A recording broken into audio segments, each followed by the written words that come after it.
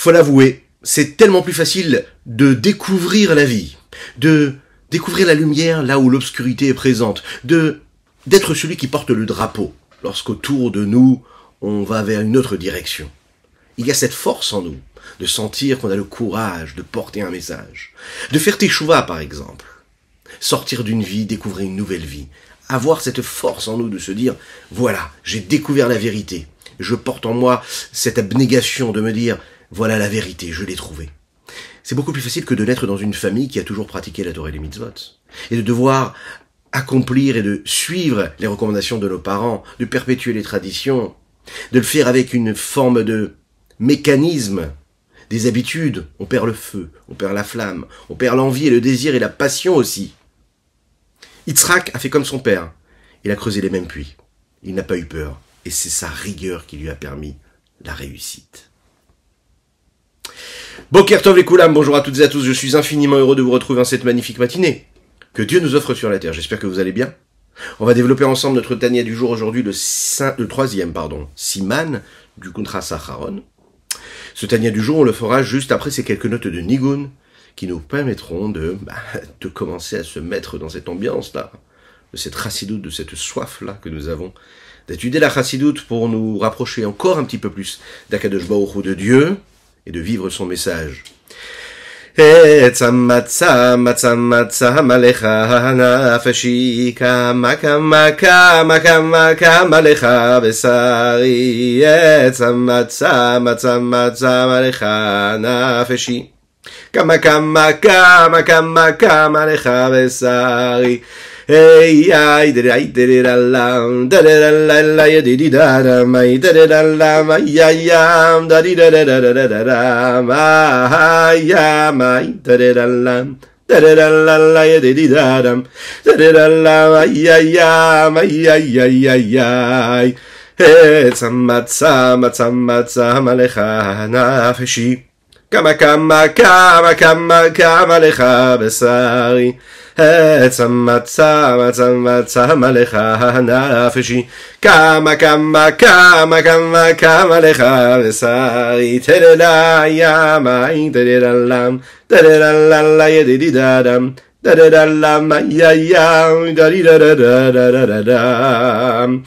étudions aujourd'hui pour la Refoua Shelema de Avram Nissim Ben Sultana, d'Elia Yaakov Nissim Ben Yaosheva Ariela. Nous étudions pour la Refoua Shelema de Shobotre Ben Solika, Leilou Nishmat Nathan Avram Ben Yosef Everina Fitoussi. Nous étudions Leilou Nishmat Aviomori Alav Shalom, et pour le mérite de chacune et de chacun d'entre vous, qui, me le dit-on, êtes nombreux à partager ces moments de Torah, ces moments qui vont nous permettre dater la venue de Mashiach. On se le rappelle, tout ce que nous faisons, tout ce que nous disons, tout ce que nous étudions à notre époque, c'est pour se préparer à la venue de Mashiach.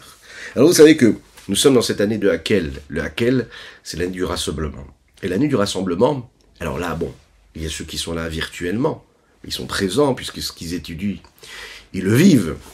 Il y a ce rassemblement, donc n'hésitez pas à partager avec d'autres, afin que nous soyons encore et toujours plus à étudier cette sainte Torah. Et on va commencer bien sûr en se souhaitant un très très très grand Lechaim.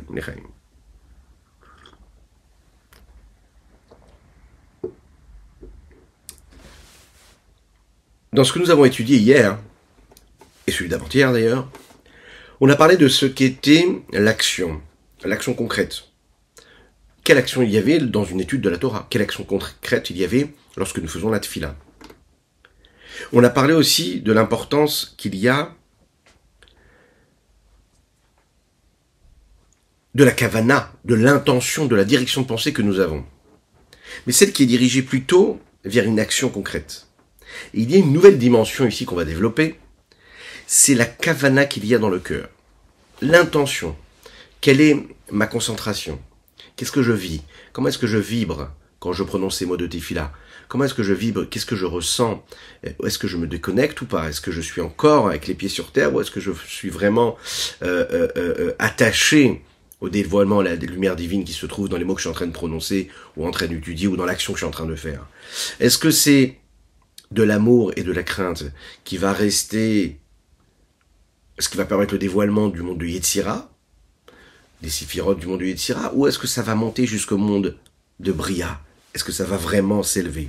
Si c'est dans le monde de Yetzira, nous l'avons vu, c'est l'amour et la crainte naturelle qu'il y a en tout un chacun.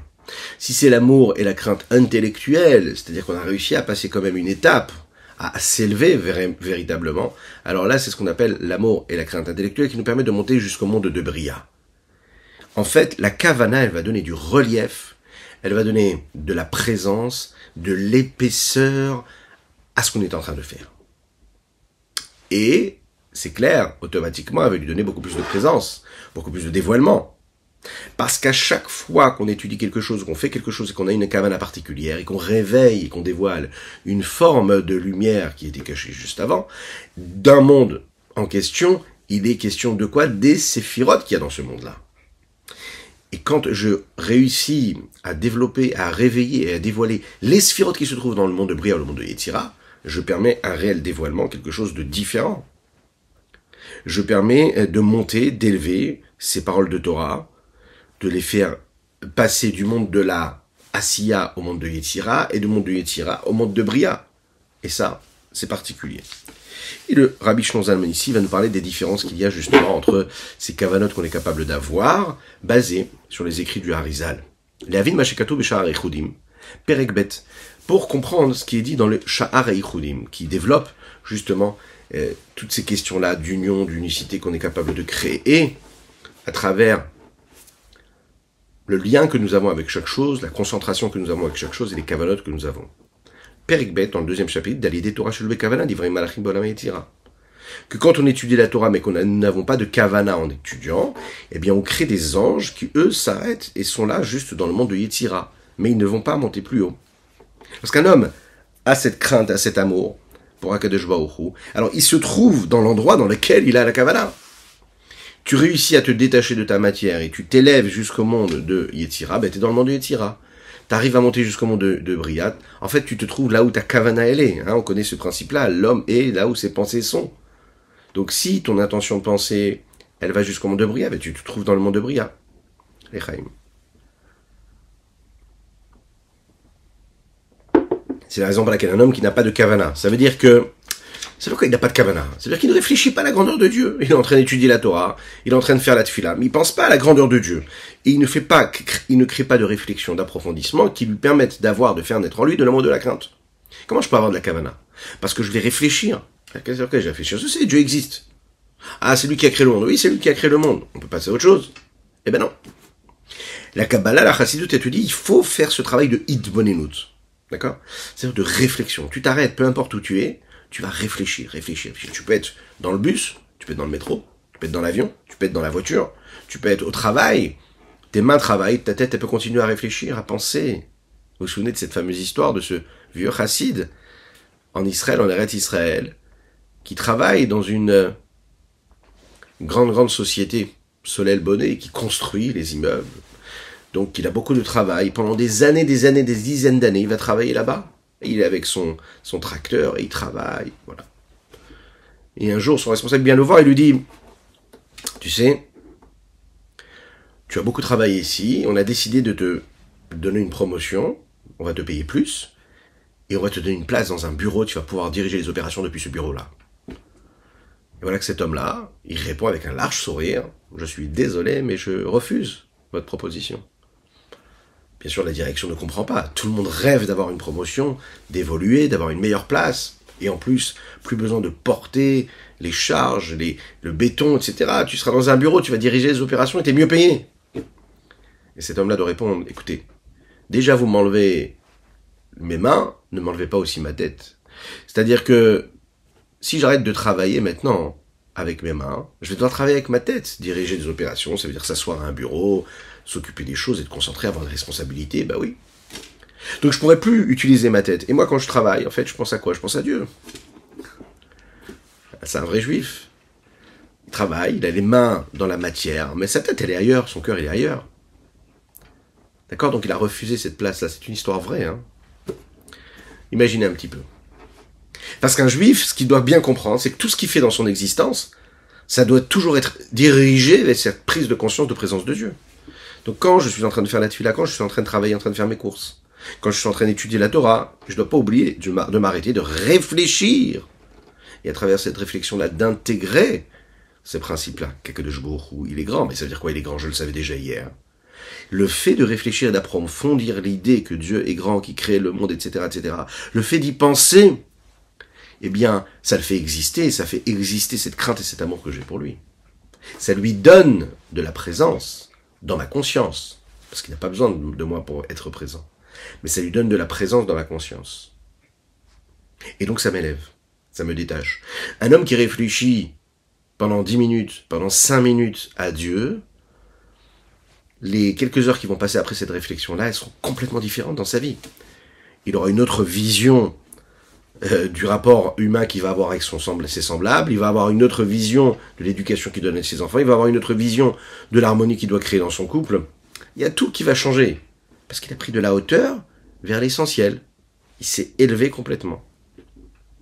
Lechaim, lechaim.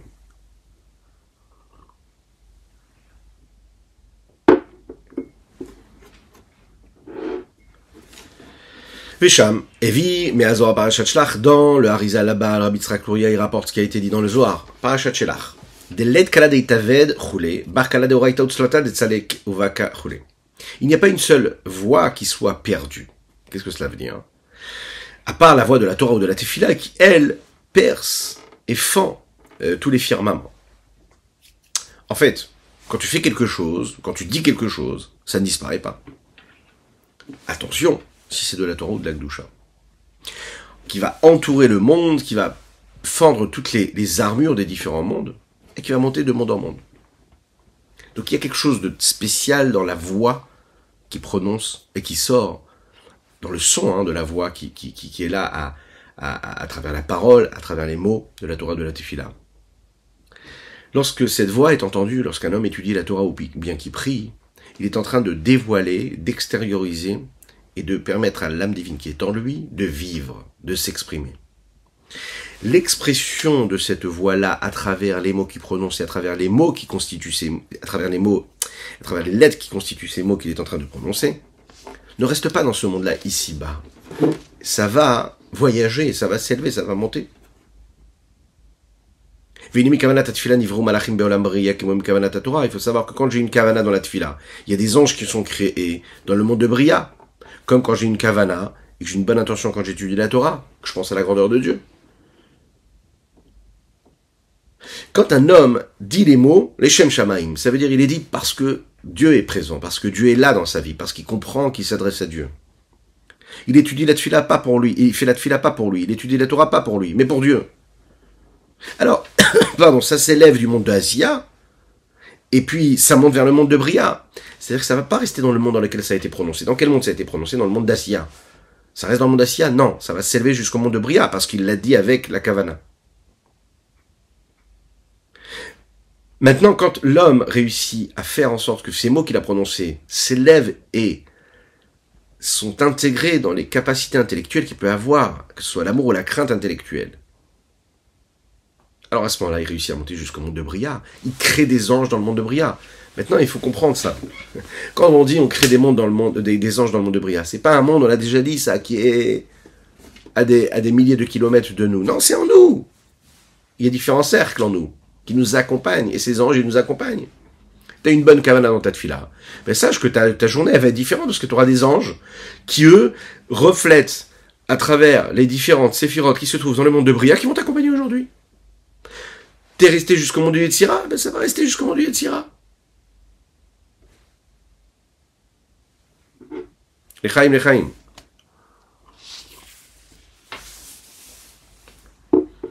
Oublo kavana, ni traite le matin les gamins.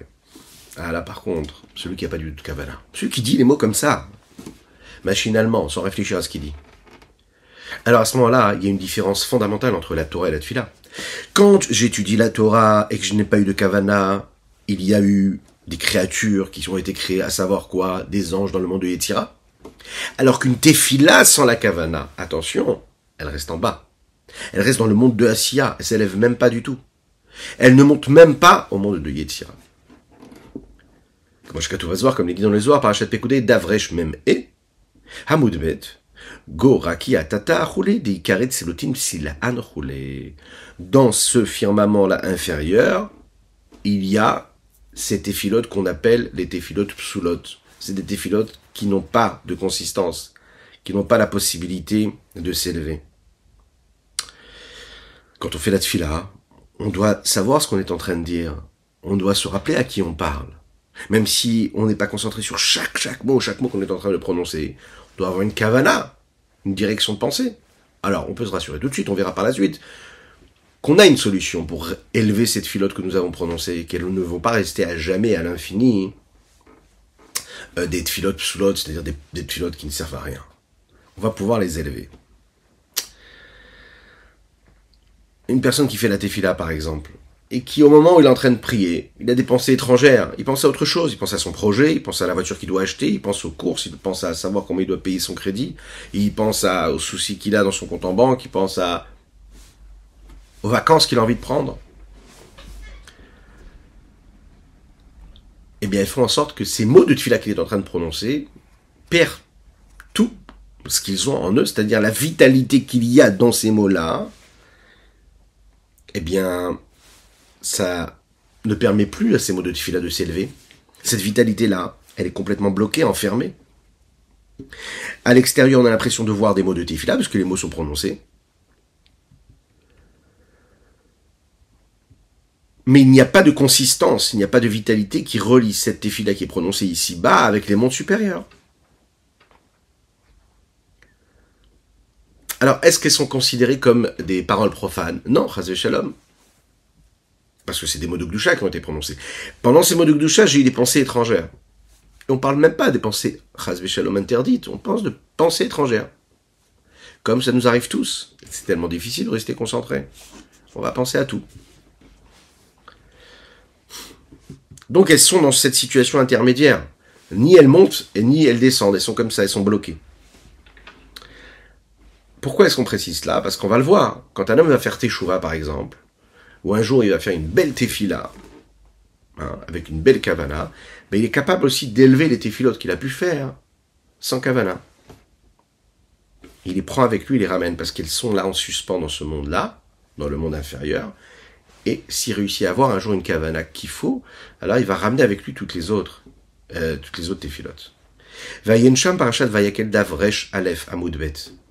I mila qui kayaout. Si c'est un mot qui est prononcé comme il doit être prononcé, ça veut dire que j'ai une bonne kavana, et le Zohar il précise, il dit.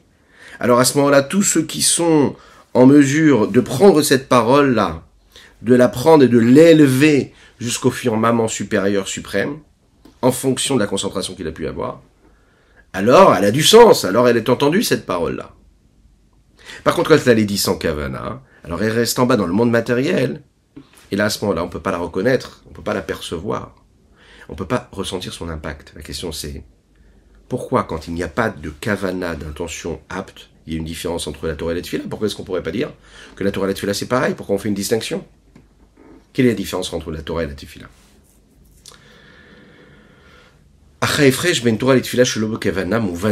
La différence, on peut la comprendre.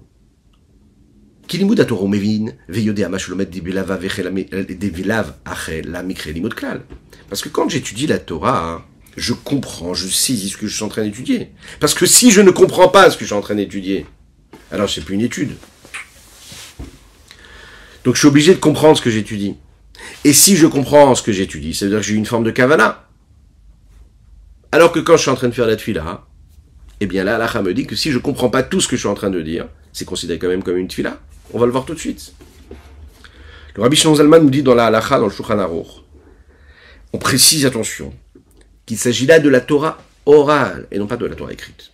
Je prends un Tehillim, je lis le Tehillim, je prends un Chumash, je dis les mots du Chumash, même si je n'ai pas compris, j'ai le mérite d'avoir dit des mots de la Torah écrite. La Torah orale, étudier la Gemara, la Mishnah, la Kabbalah, la Chassidut, je dois comprendre ce que je suis en train de dire. Si ce n'est que, on sait aussi qu'il y a un grand mérite à lire aussi de la Chassidut ou de la Kabbalah, du Zohar. Quand on ne comprend pas, c'est une Zgoula aussi, ça apporte beaucoup de choses, attention.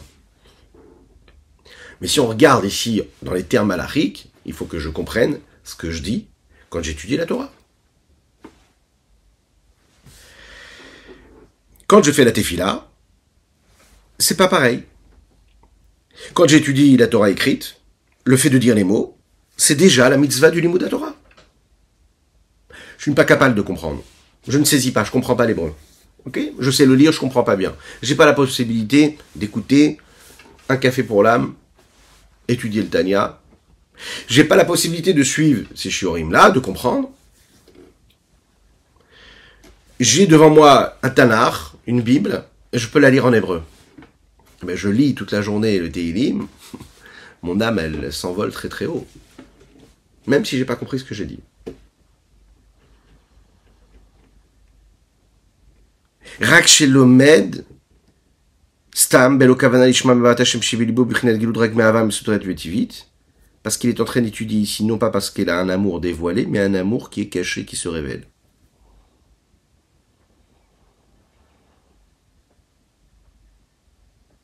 Quand j'étudie la Torah, il y a toutes les dimensions de mon âme intellectuelle, on pourrait l'appeler ainsi, qui se met en mouvement. Il y a la sagesse, le discernement, l'approfondissement, il y a la connexion que je suis capable de faire naître entre ce que j'étudie et ma vie concrète, ma vie matérielle, physique. Il y a ce que c'est capable d'engendrer, est-ce que ça va engendrer émotionnellement, émotivement chez moi. Il se passe quelque chose, je suis en train de vivre mon étude. Celui maintenant qui étudie, qui a une forme de kavana de son âme qui s'exprime à travers son étude. Pas seulement une intention intellectuelle, mais une intention profonde de son âme. En fait, il y a un principe. Un homme ne fait pas quelque chose si son âme n'est pas à l'intérieur de cette chose-là. Qu'est-ce que ça veut dire? Il faut qu'il l'aime ou qu'il déteste. Il faut qu'il aime ou qu'il craigne cette chose-là. Sinon, il ne le fait pas. Il a besoin de se sentir exister à travers. Il y a quelque chose qui me pousse, il y a une force. J'aime ou je crains. S'il n'y a rien qui me pousse, c'est que je suis complètement extérieur à ce message-là, et du coup, ça ne me concerne pas. Et si je le fais comme de manière mécanique. Donc, il faut qu'il y ait cet amour et cette crainte-là qui me pousse à faire ou ne pas faire. Cet amour-là que j'ai, c'est la force qui me pousse à créer, à grandir. Sans amour, je ne fais pas, je ne grandis pas, je ne fais pas, je n'avance pas, je ne change pas, je n'évolue pas. Sans crainte, c'est pareil, je ne respecte pas, je ne fais rien qui me permet de sortir de ce que je suis moi. Je me laisse aller à mon naturel. Tout ce qu'un homme fait, tout ce qu'un homme crée, il a besoin d'amour pour le faire. Et cette force-là, par exemple, c'est celle qui va me pousser à étudier la Torah. Je vais avoir un amour pour Dieu, donc je vais exprimer mon amour, je l'exprime à travers mon étude de la Torah. Je vais avoir cette crainte de Dieu, eh bien je prie et j'ai cette crainte de Dieu parce que j'ai cet amour et cette crainte de Dieu. Maintenant, cet amour pour Akadosh Baruch Hu, parfois, elle peut être un amour qui est caché, ce qu'on appelle Ahava Mesuteret. Elle va être là, elle va agir, elle va me pousser à faire des choses qu'il faut que je fasse. Je n'ai même pas besoin d'y penser, c'est naturel. Je vais vers ça. Mais je ne la ressens pas. Cet amour caché que nous avons développé dans la première partie d'Écouter Amarim, elle est présente. Elle n'est pas dans ma conscience intellectuelle, donc automatiquement elle n'élève pas la Torah que je suis en train d'étudier au monde où mon intellect peut atteindre, à savoir le monde de Bria. Le Baal Shem Tov, nous l'avons dit tout à l'heure et rappelé, disait « Un homme se trouve là où ses pensées sont. » C'est-à-dire que si tu n'as pas pensé, ok, eh bien ces paroles-là, ces mots que tu as prononcés, cette étude que tu as eue, elles n'ont pas à se poser. Où elles vont aller? Tu n'y as pas pensé. Si tu y penses, si ça s'habille, ces paroles-là, dans ta conscience, dans ta pensée, alors là, à ce moment-là, il y a une place. Ça peut s'élever jusqu'au monde de Bria. Maintenant, si cette force de l'amour que tu as, qui te pousse à dire ce que tu as dit, mais qui est un amour caché, ne se trouve pas dans ta conscience, juste, de manière naturelle, ça me pousse à prendre un livre à étudier, parce que je ne me vois pas et je ne conçois pas une vie, une existence où toute la journée est passée et j'ai pas pris un seul livre de Torah avant d'aller dormir le soir. Bon, naturel, je le fais. C'est déjà super, attention. Ouais, c'est déjà très bien de le faire. Mais attention, là, c'est un rappel. Il faut savoir que là, on est considéré un petit peu comme un ange, comme un animal en fait, qui fait de manière naturelle, instinctive, ce qu'il a l'habitude de faire.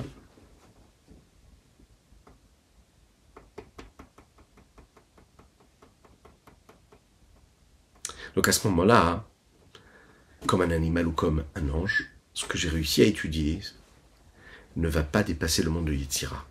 Le monde de Yetzira, qui est le monde des anges. Parce que c'est instinctif. Ce que tu as étudié parce que c'est normal pour toi de le faire. Attention, précise ici, on ne parle pas d'une personne qui a étudié avec une mauvaise intention, pour devenir un grand dans la Torah. Parce qu'il veut être grand. Il va avoir du kavod, il va avoir de l'honneur, il va avoir un grand chapeau, il va avoir beaucoup de respect, il veut exister, etc. Que Dieu nous en préserve. Son but à lui, ça n'est pas de grandir aux yeux des créatures. Alors là, ça va, mais si son but, c'est de grandir auprès des créatures, et lui-même d'exister à travers cette étude de la Torah, alors là, son étude de la Torah, c'est encore pire. Ça descend encore plus bas, même. Là, attention, hein, ça ne monte pas. Ça ne dépasse même pas le soleil, comme il est dit comme ça dans le Zohar, Beparashat Vayechi, Davresh Chav Gimel Amud Bet. Il est dit comme ça dans Kohelet, Maitron l'Adam Bechol Amalo Shiyamol Tachat Hashamesh. Quelle est la supériorité de l'homme par rapport à toutes les créatures quand il se fatigue sous le soleil? Et là-bas on explique, on dit Tachat Hashemesh Enitron, Aval Lemala Min Hashemesh Yeshitron. Sous le soleil, a priori, qu'est-ce que j'ai apporté de plus? Il n'y a pas de particularité, il n'y a pas de sens particulier. Les Mala Min Hashemesh, ce que j'engendre quand je fais quelque chose ici-bas et que je me fatigue, ça n'a pas de prix. Les Mala Min Hashemesh Yeshitron. Il y a quelque chose en plus.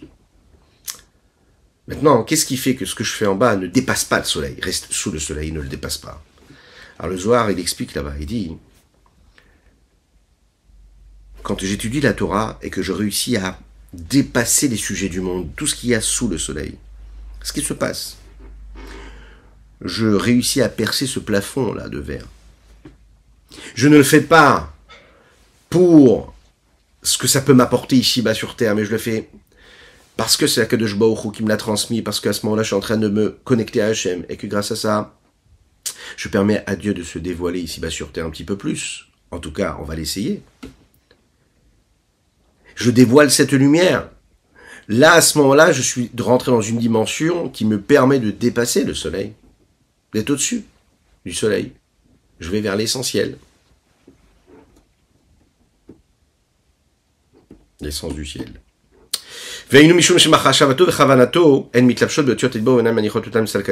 Pourquoi? Parce que sa pensée, sa kavana, qui n'est pas Ed Lishma, eh bien, s'habille dans les lettres de la parole, elles ne leur permettent pas de s'élever, de dépasser, en fait, ces lettres-là. Elles sont bloquées dans les lettres. C'est la même chose quand je fais une tfila et que je ne pense pas à l'amour et la crainte de Dieu, ou au moins, par exemple, penser à la traduction, à comprendre ce que je suis en train de dire quand je fais la tfila. Chez Mechachem Machashavadzarot, où là, j'ai toutes les pensées étrangères qui me traversent l'esprit. Alors, comme on le sait, on l'a déjà étudié dans le Tanya, c'est normal qu'on ait des pensées étrangères. D'ailleurs, il faut même remercier Hachem de nous les donner, parce que si Dieu nous envoie des pensées étrangères, c'est qu'en réalité, il veut nous tester. Et c'est ça qu'on doit se dire. On ne doit pas tomber dans une tristesse de se dire, mais c'est quoi cette tfila que j'ai faite? J'ai pensé à tout sauf à la tfila. J'ai pensé à tout sauf à Dieu. Il faut se reprendre et il faut se dire que si Dieu il nous met dans cette situation-là, c'est pour nous tester, pour nous donner la possibilité de combattre toutes ces pensées étrangères qui viennent nous submerger. C'est la raison pour laquelle quand un jour on va faire une tfila avec kavana, eh bien on aura la possibilité à ce moment-là précis d'élever toutes les autres tefilas. C'est la raison pour laquelle il termine ici en disant afilo tfila achat meloketet bitfilot kol hashana, comme shkatouf mikdash melech parashat pekudei. Même une seule tefila avec une bonne kavana, eh bien ça nous permet d'élever toutes les tefilot. C'est la raison pour laquelle on a l'habitude de dire qu'à la fin de l'année, juste avant les fêtes de Tishri, c'est bien d'avoir une belle tefila. On peut élever toutes les autres tefilotes qu'on n'a pas faites avec les bonnes kavanas. Que Dieu fasse que nous puissions vivre une journée avec une concentration, avec une belle intention, avec une belle direction de pensée dans tout ce que nous faisons, et que Dieu inonde notre existence de bonté, de grâce et de miséricorde, de réussite matérielle et spirituelle dans tous les domaines, avec une bonne santé, avec une richesse, une abondance dans tous les domaines matériels et spirituels pour tous ceux qui en ont besoin. À bientôt.